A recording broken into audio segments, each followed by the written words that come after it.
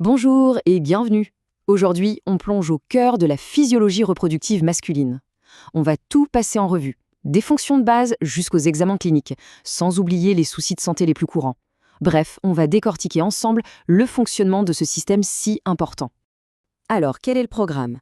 On va commencer par les bases, de la puberté à la production. Ensuite, on verra comment analyser le sperme, chiffres à l'appui. Puis, on identifiera les problèmes les plus courants, on regardera comment se passe un examen médical et on terminera avec un gros plan sur la prostate. Allez, c'est parti. Première étape donc, de la puberté à la production. Pour bien comprendre la suite, il est absolument essentiel de poser les bases. Savoir comment le système se développe et fonctionne normalement, c'est vraiment la clé de tout. Et tout ça suit une sorte de chronologie assez bien définie. Le développement masculin, c'est un processus qui s'étale sur plusieurs années, pendant l'adolescence. Ça commence avec les premiers signes vers 13 ans, et ça se poursuit jusqu'à la maturité physique, qu'on attend en général autour de 18 ans. Au cœur de tout ça, il y a un processus biologique vraiment fascinant, la spermatogénèse. C'est quoi? Eh bien, c'est tout simplement la production de spermatozoïdes. Ce qui est incroyable, c'est que ça commence à la puberté et que ça ne s'arrête jamais. Ça continue tout au long de la vie. Alors, une idée reçue qu'il faut tout de suite corriger, c'est la composition du sperme. On pourrait croire que c'est surtout des spermatozoïdes, mais pas du tout. En réalité, ils ne comptent que pour une petite partie, environ 20%. Le reste, la grande majorité, c'est un cocktail de fluides produits par différentes glandes. Et chaque fluide a un rôle bien précis et super important. D'accord. Mais alors, comment est-ce qu'on évalue la santé de tout ce système? On passe maintenant à l'analyse en chiffres. Pour ça, il y a un outil de diagnostic qui est fondamental, le spermogramme. C'est un peu comme une carte d'identité détaillée de la fertilité. Le premier chiffre qu'on regarde, c'est la concentration. La norme, c'est d'avoir plus de 20 millions de spermatozoïdes par millilitre. C'est le seuil de référence.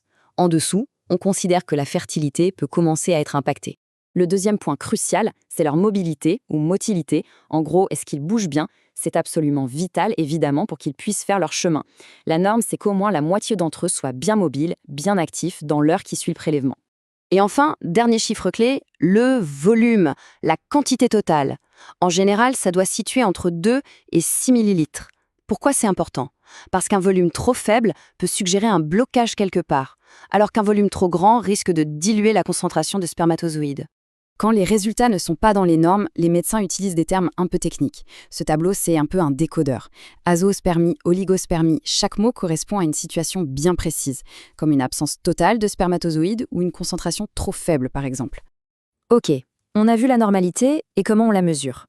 Maintenant, passons aux problèmes courants. Quels sont les signaux d'alerte, les symptômes qui doivent pousser à consulter? Alors concrètement, à quoi faut-il être attentif? Quels sont les fameux signes d'alerte que le corps envoie quand quelque chose cloche? C'est super important de savoir les identifier. Bon, le premier signal, souvent, c'est la douleur. Et où elle se situe, ça peut donner de vrais indices. Une douleur dans l'aine, par exemple, peut être liée à la prostate. Si ça fait mal au niveau du périnée, c'est souvent en urinant ou en éjaculant. Et une douleur au pénis, ça peut être le signe d'une infection urinaire ou d'une inflammation de l'urètre, qu'on appelle l'urétrite.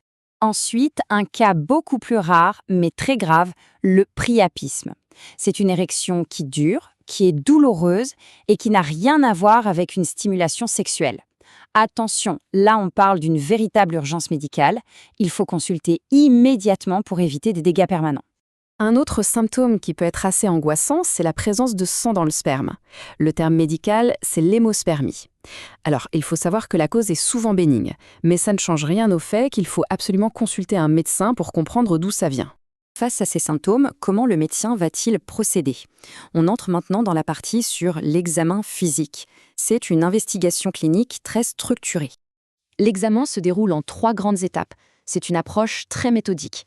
D'abord, l'inspection visuelle, notamment de la pilosité. Ensuite, l'inspection et la palpation du pénis. Et enfin, l'inspection et la palpation du scrotum. Le but, c'est d'évaluer toute la zone, de A à Z. Justement, cette palpation du scrotum, c'est un moment clé de l'examen. Le médecin va vérifier plusieurs choses très précises. Est-ce que les testicules sont bien descendus? Est-ce qu'il y a une accumulation du liquide, des varices ou encore un risque de torsion? Chaque anomalie a une sensation particulière au toucher. Et parmi tout ça, il y en a une qui est une urgence absolue, la torsion testiculaire. Là, le cordon spermatique se tord, ce qui coupe la circulation sanguine. C'est une vraie course contre la montre, il faut opérer en urgence pour éviter de perdre le testicule. Allez, dernière grande partie, on va maintenant faire un zoom sur un organe essentiel, la prostate. C'est une glande qui joue un rôle absolument central, à la fois pour la fonction urinaire et pour la reproduction. Quand on parle de problème de prostate, il y a deux choses qu'il ne faut surtout pas confondre. D'un côté, l'hyperplasie bénigne, qu'on appelle aussi HBP. C'est un grossissement de la prostate, très fréquent avec l'âge, et qui n'est pas cancéreux. Et de l'autre, le cancer de la prostate. Les symptômes peuvent se ressembler, mais la maladie, le diagnostic et le traitement sont complètement différents. C'est crucial de faire la part des choses. Et pour examiner cette prostate, comment on fait? L'examen de référence, c'est le toucher rectal. C'est un examen qui est souvent un peu redouté, c'est vrai, mais il faut savoir que c'est la manière la plus simple et la plus directe pour le médecin de sentir la prostate. Il peut évaluer sa taille, sa forme, sa consistance et détecter d'éventuels nodules suspects. En plus de l'examen physique, il y a la prise de sang pour mesurer le taux de PSA. C'est l'antigène prostatique spécifique. Ce chiffre, inférieur à 4 en temps normal, c'est un marqueur important. Mais attention, un PSA élevé ne veut pas dire automatiquement cancer. Ça veut dire qu'il y a quelque chose à investiguer, à creuser davantage. C'est un signal d'alerte. Alors, au final, que retenir de tout ça? Que connaître les signes, comprendre la science derrière, c'est la toute première étape. Mais c'est surtout un moyen de devenir acteur de sa propre santé. Savoir ce qui se passe dans son corps et reconnaître les signaux d'alerte, c'est ce qui permet d'agir, de ne pas laisser traîner les choses et surtout de poser les bonnes questions au bon moment.